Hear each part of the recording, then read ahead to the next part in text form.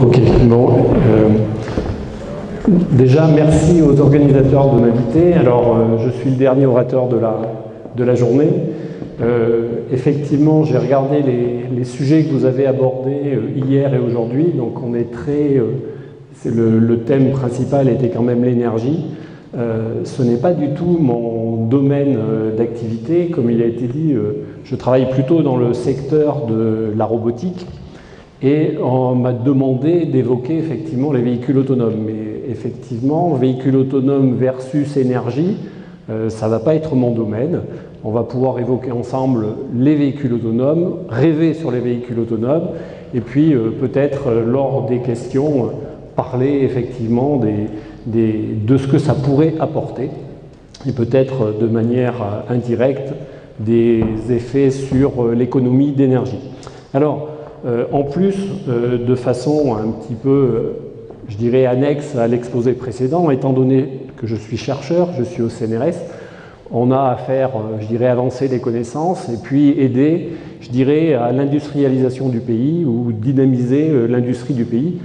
Et j'ai eu la chance, ces derniers temps, de travailler avec un constructeur français, qui est Ligier pour ne pas le nommer, sur la genèse de navettes autonomes. Alors, ça reviendra un peu la différence que je peux faire entre navette et véhicule, et ça sera effectivement peut-être aussi l'occasion de parler. Alors, je vais suivre très rapidement ce sommaire. Le contexte, il a déjà été évoqué. Je suis responsable d'un laboratoire d'excellence. Alors, c'est juste pour faire un peu un parallèle par rapport à ce qui se fait en France depuis quand même maintenant quelques années, puisque c'est quelque chose qui rentre dans les investissements d'avenir, qui avait été lancé sous le gouvernement Sarkozy, qui a été conduit sous le gouvernement Hollande et qui est repris encore. Ah. Bon, je vais essayer de parler fort. Est-ce que ça pourrait faire? Non.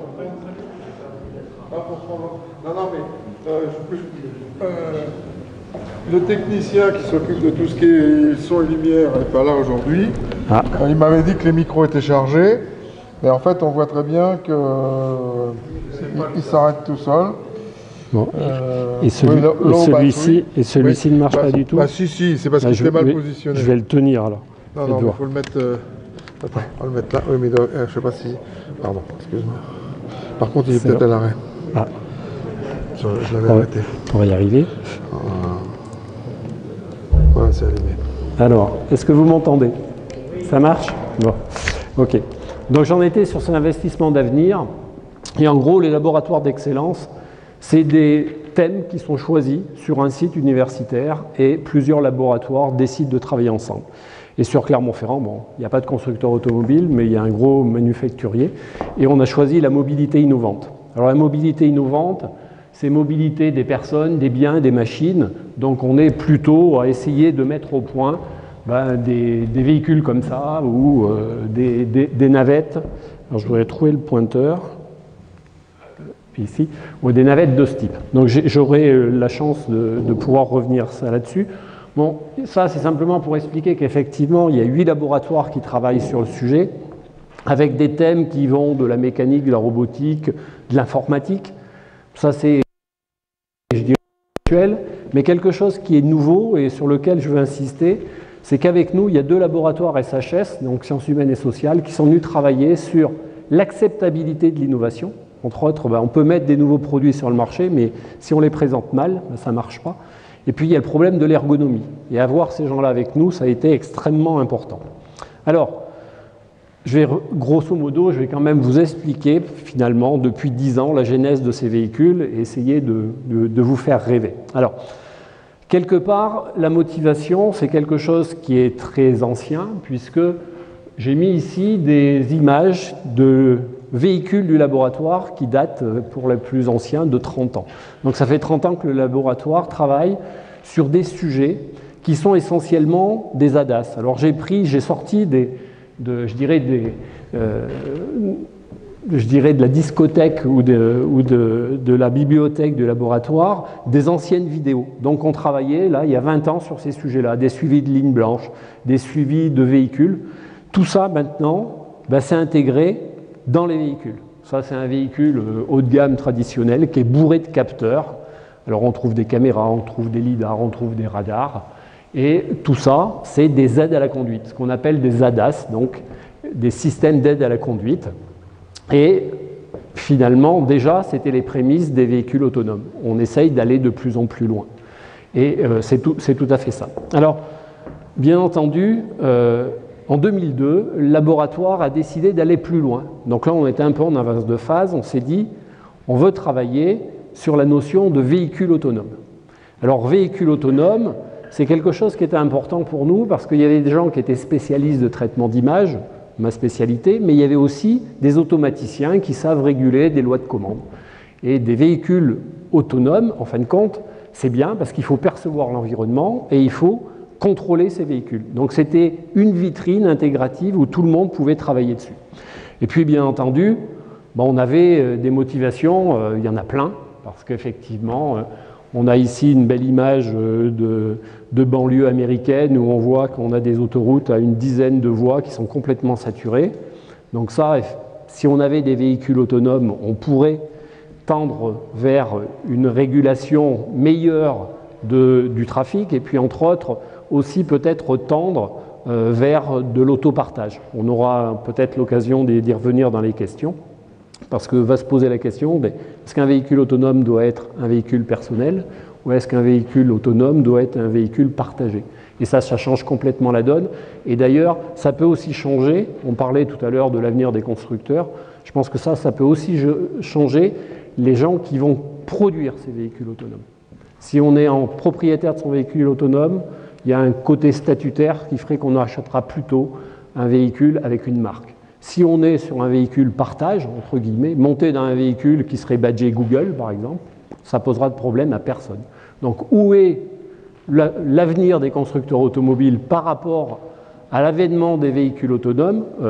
Là aussi, je pense que ça va être effectivement très compliqué parce que tout dépendra de l'image que l'on associe au véhicule. Tout le monde est d'accord pour dire que des personnes de mon âge, dès qu'on avait 18 ans, on passait le permis de conduire et on voulait un véhicule. J'ai 2 enfants qui vivent à Paris, ils ont 30 ans, ils n'ont pas de véhicule. Donc les choses sont en train de changer. Donc est-ce que dans 20 ans, on aura le même nombre de véhicules en France que tout de suite? J'en suis absolument pas sûr. Parce que si c'est des véhicules partagés, on en aura beaucoup moins. Bon, ça c'est des choses qu'on pourra peut-être revenir dessus dans la partie questions. Et puis, entre autres, il faut obliger de reconnaître que l'homme, c'est le maillon faible et que quelque part, on peut espérer que le véhicule autonome puisse sauver des vies.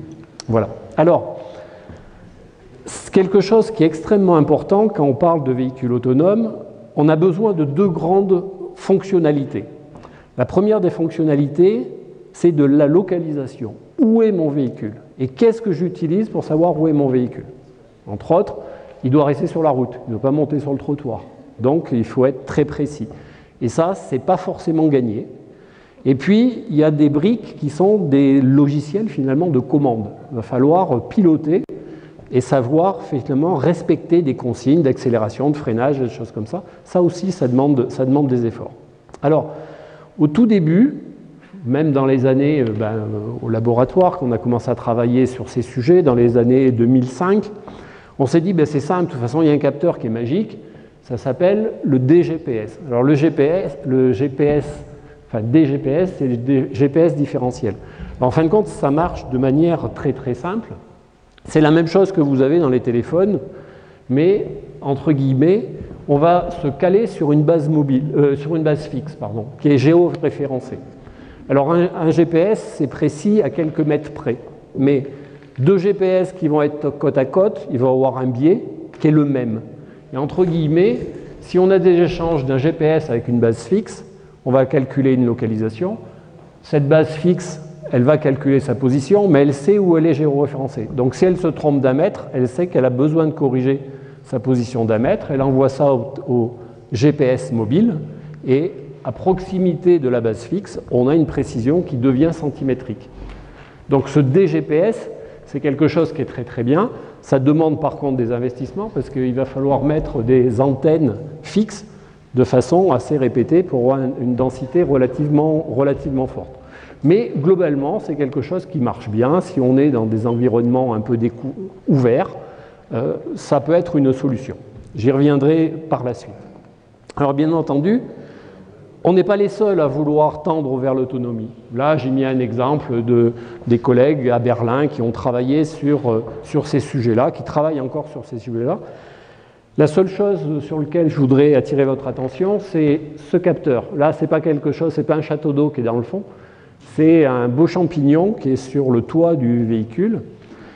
On retrouve le même champignon sur des véhicules qui ont, entre guillemets, défrayé la chronique, qui sont les Google Cars.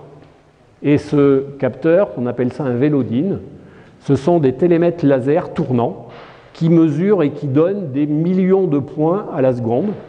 Et entre autres, moi j'ai mis capteur très onéreux. Il faut savoir que je mets donc ici que c'est un Velodyne 64 nappes. Ce type de capteur, c'est à peu près 1 000 € la nappe. Donc là, vous avez un capteur sur le toit de la Google qui vaut 64 000 €. Donc il y a autant de capteurs, le prix des capteurs que le prix de la voiture. Donc ce n'est pas la solution, c'est évident. Mais on tend vers... là aussi, c'est pareil, je pense que les travaux de Google sont importants. Ils ont mis un coup de pied dans la fourmilière et tous les constructeurs s'affolent un peu. Simplement, pour vous donner une image, voilà ce que voit un capteur de ce type. Donc vous imaginez donc, le véhicule qui est situé ici, au centre. Et donc vous voyez qu'il arrive à percevoir les véhicules, il arrive à percevoir les arbres, des choses comme ça. Bon, ça c'est déjà votre interprétation d'une représentation de pixels à l'écran. Le véhicule, lui, il récupère des points 3D, X, Y, Z. Donc déjà, pour dire cet ensemble de points, c'est un véhicule, cet ensemble de points, c'est un arbre, c'est déjà pas si simple que ça. Et puis, il y a quelques, je dirais, incidents qui ont défrayé, ou accidents même, qui ont défrayé la chronique. Ça veut dire que les algos qui sont derrière, parce que le véhicule Uber qui a malheureusement tuer quelqu'un est équipé de ce type de capteur. Donc le logiciel d'interprétation des données a encore quelques failles. Voilà. Alors, ce que je voudrais simplement dire, c'est que finalement, le laboratoire, il y a quelques années, s'est dit, bon, comment on fait quand on a des gens comme Google, quand des centaines d'ingénieurs qui travaillent sur le sujet, on plie bagage, on n'a plus rien à faire, ou on essaye de trouver quelque chose.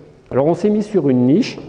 On a dit, finalement, il y a des véhicules autonomes qui sont un peu particuliers, c'est la notion de navette autonome. Alors ces navettes autonomes, finalement, c'est un cas un peu particulier. Il est plus compliqué, finalement, il est assez compliqué parce qu'il n'y a plus de pilote à bord, mais il est déployé dans des environnements plutôt protégés. Et ça demandait finalement peut-être un développement un peu spécifique. Alors là, vous avez, c'est peut-être promonitoire parce que finalement, Parc Vulcania à Clermont-Ferrand, il y avait déjà des navettes de ce type qui travaillent avec un DGPS, mais Vulcania, c'est en pleine nature, il n'y a pas de problème pour capter le bon signal avec le DGPS. Alors, je pense que hier, on a dû vous présenter ce schéma-là, et on voit très bien que les navettes autonomes, finalement, elles sont un peu hybrides parce qu'elles sont entre le niveau 4 et le niveau 5. C'est-à-dire que le niveau 4, c'est le conducteur n'interviendra que de façon détournée sur des scénarios précis. Donc là, puisqu'on est sur des environnements entre guillemets protégés, on est plutôt là. Mais après, on dit que la présence même d'un humain aux commandes n'est plus nécessaire. Donc on voit qu'en gros, pour les navettes, elle emprunte un peu du niveau 5 et elle emprunte un peu du niveau 4. Bon, on est peut-être à 4,5, 4,5, mais c'est important. Alors, il y a eu plusieurs tentatives. Il y a une société qui s'appelait Induct, qui a disparu, mais qui avait proposé un peu des navettes. Mais il y a des acteurs. Et ces acteurs, entre guillemets, le hasard fait qu'il y en a deux en Auvergne-Rhône-Alpes. Il y a la société Navia sur Lyon, et puis Ligier, qui est sur Vichy, qui ont proposé ces navettes. Et en fin de compte, ce que je vais vous expliquer, essayer de vous faire partager, c'est un peu la genèse de ce véhicule. Alors, ce qu'on s'est aperçu, c'est que finalement, le DGPS, ce n'est pas le capteur miraculeux, parce qu'on nous a demandé, entre guillemets, souvent, de faire des démonstrations avec nos véhicules, qui étaient guidés au départ par des DGPS, dans des centres urbains. Et entre autres, à ce moment-là, on a des problèmes. On a l'effet canyon, entre guillemets, c'est que quand on est dans une rue étroite, tous les satellites visibles sont alignés et on a une mauvaise triangulation et donc un mauvais positionnement. Et le laboratoire s'est dit, mais là il y a un challenge à relever, on va essayer de mettre au point une solution entre guillemets qu'on appelle frugale, c'est-à-dire vraiment bas coût. Qu'est-ce qu'on peut faire pour essayer d'être concurrencer ce Vélodine à 60 000 € en essayant de faire quelque chose de vraiment pas cher. Et en fin de compte, c'est là qu'on a eu l'idée d'utiliser ce qu'on appelle l'odométrie visuelle. Alors je vais essayer d'aller très vite. Qu'est-ce que l'odométrie visuelle? C'est très simple. En gros, on se dit, on va mettre une caméra vidéo, elle nous délivre ce type de séquence, qu'est-ce qu'on est capable de faire avec? L'idée, c'est, on a voulu, c'est entre guillemets, c'est est-ce qu'on est capable de remonter à la trajectoire de la caméra? Alors au départ, quand on a commencé à travailler sur le sujet, on s'est dit on rêve, mais il faut bien rêver, essayons d'avancer.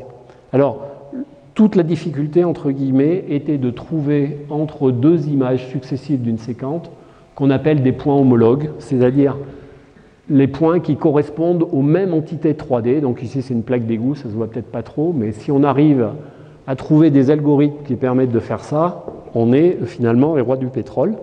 Pourquoi? Parce que si par exemple, dans cette image, j'ai détecté ce point bleu et dans celui-ci, j'ai détecté le point bleu, je lance deux rayons optiques et là, ça me donne la position 3D. Et tout le secret est là.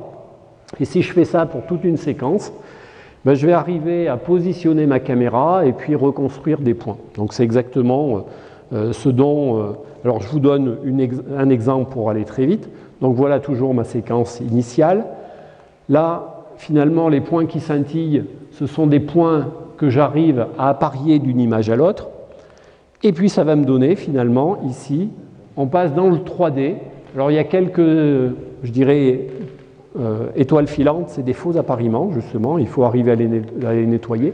Mais autrement, c'est des points dans l'espace avec leur apparence. Donc j'ai des petites facettes texturées et je sais donc comment se retrouvent ces points dans l'espace. Alors, illustrer